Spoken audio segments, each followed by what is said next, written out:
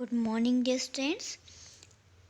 आज हम MP TET वर्ग 3 परीक्षा के लिए मोस्ट इम्पोर्टेंट आईएमपी 80 क्वेश्चन लाए हैं। ठीक है, हमारे 80 क्वेश्चन की टेस्ट सीरीज है। ये क्वेश्चन आपको एग्ज़ाम के लिए बहुत हेल्पफुल रहेंगे, आपकी मदद करेंगे। हम स्टार्ट करते हैं। पियाजे के अनुसार विकास की पहली अवस्था जन्म से लगभग 2 वर्ष आयु के दौरान बच्चा सबसे बेहतर सीखता है। अब आपको ये बताना है कि जन्म से लगभग 2 वर्ष तक, है ना, जिसे जन्म लिया और 2 वर्ष की आयु तक बच्चा कैसे सीखता है। हमारे ऑप्शन से फर्स्ट में है निष्क्रिय शब्दों को समझने द्वारा, या फिर सेकंड है अमूर्त तरीकों से चिंतन द्वारा, थर्ड नंबर है भाषा के नए अर्जित ज्ञान के अनुप्रयोग द्वारा, या फिर इंद्रियों के प्रयोग द्वारा। तो इसका आंसर आएगा इंद्रियों के प्रयोग द्वारा। किसके प्रयोग द्वारा? इंद्रियों के। जन्म से 2 वर्ष तक तो बच्चा अपने इंद्रियों के प्रयोग द्वारा, जैसे कि इंद्रियां क्या, हमारी आंखों से देखना, कानों से सुनना, है ना, हाथों को हिलाना, पैरों को हिलाना, नाक से स्मेल करना, ये सब हमारी क्या इंद्रियां होती है। इंद्रियों के प्रयोग द्वारा सीखता है ना। जन्म से 2 वर्ष तक बच्चा अपनी इंद्रियों के प्रयोग द्वारा सीखता है। हमारा नेक्स्ट क्वेश्चन है पियाजे के अनुसार संज्ञानात्मक विकास के किस चरण पर बच्चा वस्तु स्थायित्व को प्रदर्शित करता है। और वस्तु स्थायित्व को किस पर प्रदर्शित करता है, तो वो मूर्त संक्रियात्मक चरण पर, है ना। जब मूर्त संक्रियात्मक चरण होता है तब बच्चा वस्तु स्थायित्व को प्रदर्शित करता है। नेक्स्ट है निम्न में से किसका कथन है कि ज्ञानात्मक विकास नकल पर आधारित न होकर खोज पर आधारित है। देखो, जो ज्ञान है ना, नकल पे नहीं, नकल करने से तो ज्ञान मिलता ही नहीं है ना। तो किसने कहा है कि ज्ञान नकल पे आधारित न होकर खोज पे आधारित है? तो ये कहा था जीन पियाजे ने। सॉरी, किसने कहा था? ये जीन पियाजे ने, जो जीन पियाजे महोदय थे उन्होंने कहा था, है ना। हमारा नेक्स्ट क्वेश्चन है पियाजे के अनुसार कोई बच्चा किस अवस्था में अपने परिवेश की वस्तुओं को पहचानने एवं उनमें विभेद करने लगता है। अब देखो, बच्चा किस अवस्था में अपने परिवेश की वस्तुओं को पहचानने लगता है और उनमें अंतर कर लेता है। तो इसका आंसर है पूर्व संक्रियात्मक अवस्था। कौन सी अवस्था? पूर्व संक्रियात्मक अवस्था। जो पूर्व संक्रियात्मक अवस्था होती है उसमें बच्चा क्या करता है, वो चीज़ों में अंतर करना सीख जाता है ना। पूर्व संक्रियात्मक अवस्था। पियाजे ने कितनी अवस्था बताई है? 4 अवस्था बताई है ना। एक तो संवेदीकामक अवस्था, मूर्त संक्रियात्मक, पूर्व संक्रियात्मक और औपचारिक। हमारा नेक्स्ट क्वेश्चन है पियाजे ने किसी बच्चे के विचारों में नए विचारों के समावेशन हो जाने को क्या कहा है। अब देखो, हम अगर कोई हमें पहले से कोई क्वेश्चन पता है और उसमें नई क्वेश्चन पता चल गया वापस से, है ना, पूर्व ज्ञान था, वापस से हमें नया कुछ मिल गया, तो उसको हमने हमारे अंदर आत्मसात कर लिया, तो उसको क्या कहते हैं? सात्मीकरण। क्या कहते हैं? सात्मीकरण, है ना। विचारों में नए विचार का समावेशन होना सात्मीकरण होता है। जीन पियाजे के अनुसार कितने वर्ष की आयु तक के बच्चे में संज्ञानात्मक परिपक्वता का अभाव पाया जाता है। संज्ञानात्मक परिपक्वता का अभाव, देखो, हमारी पहली अवस्था होती है इंद्र कामक अवस्था, है ना, या संवेदी कामक अवस्था, वो होती है जन्म से 2 वर्ष तक। फिर होती है पूर्व सकारात्मक, वो होती है 2 से 7 वर्ष तक। तो इसमें पूछा है किस आयु के तक के बच्चों में संज्ञानात्मक परिपक्वता का अभाव पाया जाता है। तो 6 वर्ष तक। 6 वर्ष तक की आयु के बच्चों में संज्ञानात्मक परिपक्वता का अभाव पाया जाता है ना, 6 वर्ष की आयु तक। नेक्स्ट है बच्चों के विकास से संबंधित निर्माण एवं खोज का सिद्धांत निम्न में से किसने दिया है। अब बच्चों के विकास से संबंधित निर्माण खोज का विकास किसने दिया है? जीन पियाजे ने दिया है ना। इन्होंने अपने बच्चों के ऊपर प्रयोग किया था और देखा था कि बच्चों की बुद्धि किस तरह बढ़ती है। उसके बाद उन्होंने 4 अवस्था बताई है ना, संवेदीकामक अवस्था, पूर्व सकारात्मक, मूर्त सकारात्मक और औपचारिक अवस्था। संवेदीकामक जन्म से 2 वर्ष, फिर 2 से 7, 7 से 11 और 11 से 15 वर्ष। नेक्स्ट है पियाजे द्वारा बताई गई बाल विकास की 4 अवस्थाओं में औपचारिक अथवा अमूर्त संक्रांत अवस्था कौन सी है। देखो, जन्म से 2 वर्ष संवेदीकामक अवस्था, है ना, या इंद्रियग्रंथ अवस्था। फिर होती है पूर्व संक्रियात्मक, मूर्त संक्रियात्मक और फिर होती है औपचारिक। ठीक है, या फिर औपचारिक को अमूर्त संक्रांत अवस्था भी कहते हैं। तो जन्म से 2 वर्ष तक तो हो गई हमारी संवेदीकामक अवस्था, है ना, 2 से 7 वर्ष पूर्व सकारात्मक और 7 से 11 वर्ष मूर्त सकारात्मक और 11 से लेकर 15 तक अमूर्त सकारात्मक अवस्था। तो इसका आंसर आएगा अमूर्त सकारात्मक अवस्था। नेक्स्ट क्वेश्चन हम देखेंगे। हमारा नेक्स्ट क्वेश्चन है पियाजे के अनुसार वर्ष से कम आयु के बालकों में संज्ञानात्मक परिपक्वता का अभाव पाया जाता है। अभी हमने देखा था संज्ञानात्मक परिपक्वता का अभाव कितने वर्ष की आयु में पाया जाता है? 6 वर्ष की आयु के बच्चों में अभाव पाया जाता है। पियाजे के संज्ञानात्मक विकास के सिद्धांत के अनुसार किस अवस्था में बालक परिकल्पना ढंग से समस्याओं पर विचार कर सकता है? अब समस्याओं पर विचार कब कर सकता है? जब बच्चा अमूर्त संक्रात्मक अवस्था में होगा। कौन सी अवस्था में होगा? अमूर्त संक्रात्मक अवस्था में होगा। ठीक है, ये आपको याद रखना है। 4 अवस्था है, इंद्रजनित अवस्था, पूर्व संक्रात्मक, मूर्त संक्रात्मक और अमूर्त अवस्था, है ना। तो इसका आंसर कौन सा होगा हमारा? फर्स्ट वाला। अमूर्त संक्रांत अवस्था में बालक परिकल्पनाओं को ढंग से विचार कर सकता है ना। वातावरण के अनुसार स्वयं को ढालना कहलाता है। देखो, वातावरण के अनुसार हम स्वयं को ढालेंगे तो क्या कराएगा? अनुकूलन। क्या कहलाएगा? अनुकूलन, है ना। नेक्स्ट है, पियाजे के संज्ञानात्मक विकास के सिद्धांत के अनुसार विकास निरंतर चलने वाली प्रक्रिया है। विकास क्या है? निरंतर चलने वाली प्रक्रिया है। विकास कभी नहीं रुकता है, निरंतर चलता रहता है ना। नेक्स्ट है, शिक्षकों को प्रयोगात्मक शिक्षा एवं व्यवहारिक शिक्षा पर बल देना चाहिए। प्रयोगों के माध्यम से बालकों में नवीन विचार का संचार होता है एवं इससे उनमें मौलिकता का सृजन होता है। निम्न में से यह कथन संबंधित है। तो कथन का संबंध है पियाजे के संज्ञानात्मक विकास के शैक्षिक महत्व से, है ना। शैक्षिक महत्व में शिक्षा के महत्व को बता रहा है।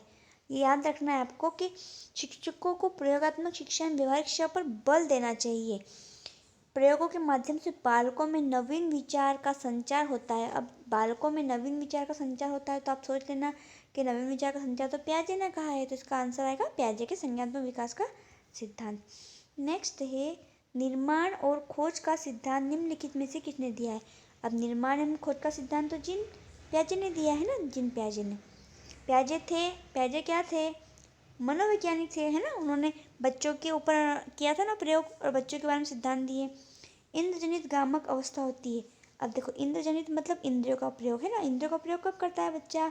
सुनना, रोना, हंसना, और खुद कर नहीं पाते ना अपने हाथ, और खुद चल नहीं पाते हैं, दूसरों पर डिपेंड होते हैं, इंद्रियों का प्रयोग करते हैं। आंखों से देखते हैं, कानों से सुनते हैं।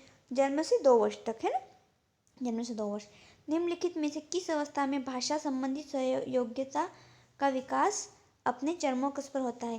तो इसका आंसर आएगा औपचारिक संक्रात्मक अवस्था। देखो, जब औपचारिक संक्रात्मक अवस्था होती है तो बच्चा अच्छे से बोल पाता है। पहली अवस्था में कौन सी थी? इंद्रजनित कामावस्था। फिर होती पूर्व संक्रात्मक, फिर मूर्त संक्रात्मक और फिर होती है औपचारिक। तो औपचारिक सबसे लास्ट में होती है। पहले होती है हमारी जन्म से 2, ये वाली जन्म से 2 वर्ष, फिर 2 से 7, फिर 7 से 11 और 11 से 15 या फिर प्रौढ़ावस्था तक। तो ये वाली होगी औपचारिक, है ना। ये हमारा आंसर होगा कौन सा वाला? ये वाला। नेक्स्ट क्वेश्चन हमारा हम देखते हैं।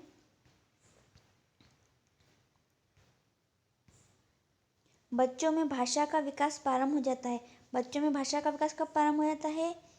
पूर्व संक्रात्मक अवस्था में, है ना। भाषा का विकास पूर्व संक्रात्मक अवस्था में पाया जाता है। देखो, सबसे पहले हमारी इंद्रजनित गामक अवस्था, फिर पूर्व संक्रामक। तो पहली थी जन्म से 2 वर्ष, फिर 2 से 7। तो 2 से 7 में तो बच्चा बोलना सीखता है ना।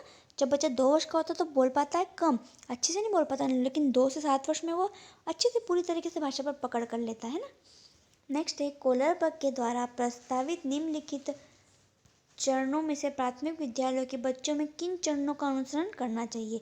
हमारे ऑप्शन से आज्ञा पालन और धन उन्मीकरण, व्यक्तित्व और विनिमय, अच्छे अंत व्यक्ति संबंध या सामाजिक अनुबंध और व्यक्तित्व का अधिकार। तो इसका आंसर आएगा बी और ए दोनों, है ना, या फिर ए और बी दोनों। पहले व्यक्तित्वता और विनिमय करेगा, फिर आज्ञा पालन और धन उन्मीकरण, है ना। ये आपको याद रखना है। क्वेश्चन क्या था कि कोलरबर्ग के द्वारा प्रस्तावित निम्नलिखित चरणों में से प्राथमिक विद्यालय मतलब पहले से 5वीं तक के बच्चों के लिए सबसे पहले क्या करेंगे? सबसे पहले व्यक्तित्वता और विनिमय करेंगे, उसके बाद आज्ञा पालन और धन उन्मीकरण, है ना। नेक्स्ट है, कोलरबर्ग के अनुसार सही और गलत के बारे में बच्चे चिंतन करते हैं। कब करते हैं?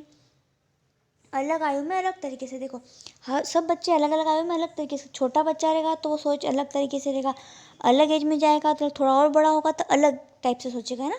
तो अलग अलग आयु में अलग अलग तरीके से करते हैं। नेक्स्ट है, निम्न में से किसने नैतिक विकास की अवस्था के सिद्धांत का प्रतिपादन किया है? तो नैतिक विकास के सिद्धांत का प्रतिपादक तो कोलनबर्ग ने किया है। आपको याद रखना है, नैतिक विकास कोलनबर्ग, नैतिक विकास कोलनबर्ग, है ना। नेक्स्ट है, कोलरबर्ग द्वारा प्रतिपादित नैतिक विकास के सिद्धांत के अनुसार पूर्व नैतिक अवस्था की अवधि है। अब देखो, पूर्व नैतिक अवस्था की अवधि कौन सी है? जन्म से 2 वर्ष की आयु तक। जन्म से 2 वर्ष की आयु तक की अवधि कौन सी होती है? नैतिक अवस्था की अवधि। ये आपको याद रखना है। नेक्स्ट है, कोलरबर्ग द्वारा प्रतिपादित नैतिक विकास को अवस्था के सिद्धांत के अनुसार नैतिक या चारित्रिक विकास की चरम अवस्था है। तो चरम अवस्था क्या है? आधारयुक्त आत्मचेतनावस्था है ना। आधारयुक्त आत्मचेतनावस्था कौन सी है? कोलरबर्ग द्वारा प्रतिपादित नैतिक विकास की अवस्था के सिद्धांत के नैतिक या चारित्रिक विकास की चरम अवस्था। क्या पूछी इन्होंने? चरम अवस्था पूछी। तो चरम अवस्था क्या बताएंगे? आधारयुक्त आत्मचेतनावस्था। नेक्स्ट है, बाल विकास के संदर्भ में निम्नलिखित कथनों पर विचार कीजिए। बालकों में नैतिकता के विकास की कुल निश्चित एवं सार्वभौमिक अवस्था पाई जाती है। बालक के व्यक्तित्व के हर पहलू के विकास में समाज का विशेष योगदान होता है। या फिर बाल्यावस्था में बालक के लिए नैतिक वही होता है जो उसके स्व अर्थात आत्म कल्याण से जुड़ा हो। तो ये तो सभी इनका आंसर होगा। क्यों? क्योंकि जब बालक की में बाल्यावस्था में तो नैतिक वही होता है जो उसके स्व और आत्म का कल्याण से जुड़ा हुआ हो, और हर चीज़ नैतिक विकास ही कराती है। तो ये इसका आंसर होगा, ये सभी। निम्नलिखित में से किसने नैतिक विकास की अवस्था का सिद्धांत दिया है? तो नैतिक विकास की अवस्था का सिद्धांत किसने दिया है? हमें पता है नैतिक विकास, जब भी नैतिक विकास आएगा हम आँख बंद करके लगा देंगे कोलरबर्ग। नैतिक विकास यानी कि कोलरबर्ग, है ना।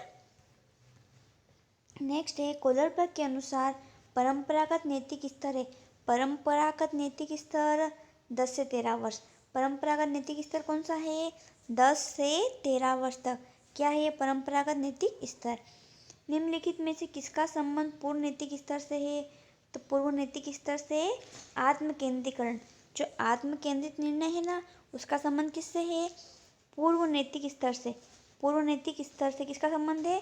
आत्म केंद्रित निर्णय से, है ना। हमारा नेक्स्ट है, बच्चों में आधारहीन आत्मचेतना का संबंध उसके विकास की किस अवस्था से संबंधित है? तो जो आत्मचेतना का संबंध उसके किशोर अवस्था, जो किशोर अवस्था होती है ना, उसमें ही आत्मचेतना का विकास होता है ना। नेक्स्ट है, निम्नलिखित में से कौन एक सुमेलित नहीं है? आपको देखना है कि कौन इसमें से मैच नहीं कर रहा है। पूर्व नैतिक स्तर, दंड तथा आज्ञा पालन और अभिमुखता। परंपरागत नैतिक स्तर, अधिकार संरक्षण, उन्मुखीकरण। या फिर उत्तर परंपरागत नैतिक स्तर, परंपरागत एकजुट, उन्मुखीकरण। या फिर आधारहीन आत्मचेतना अवस्था, जिन प्याजे। ये तो सब एक है लेकिन ये अलग है। उत्तर परंपरागत नैतिक स्तर परंपरागत एकजुट उन्मुखीकरण नहीं होता है। पहले क्या होता है? परंपरागत एकजुट उन्मुखीकरण होता है, उसके बाद उत्तम परंपरागत नैतिक स्तर होता है। नेक्स्ट है, निम्नलिखित में से किस स्तर के दौरान कोई बालक केवल स्वयं के बारे में सोचता है? क्या सही है, क्या गलत है, इससे उसे कोई सरोकार नहीं रहता। तो इसका आंसर आएगा पूर्व नैतिक स्तर। जब बच्चा पूर्व नैतिक स्तर पर होता है तो वो ये नहीं सोचता कि क्या सही है, क्या गलत है, उसके लिए क्या करना चाहिए, ये चीज़ उसके दिमाग में नहीं आती है ना। अब बच्चों, हमने 30 क्वेश्चन करे हैं मोस्ट IMP। हमारे अगले क्वेश्चन हम नेक्स्ट वीडियो में करेंगे, है ना।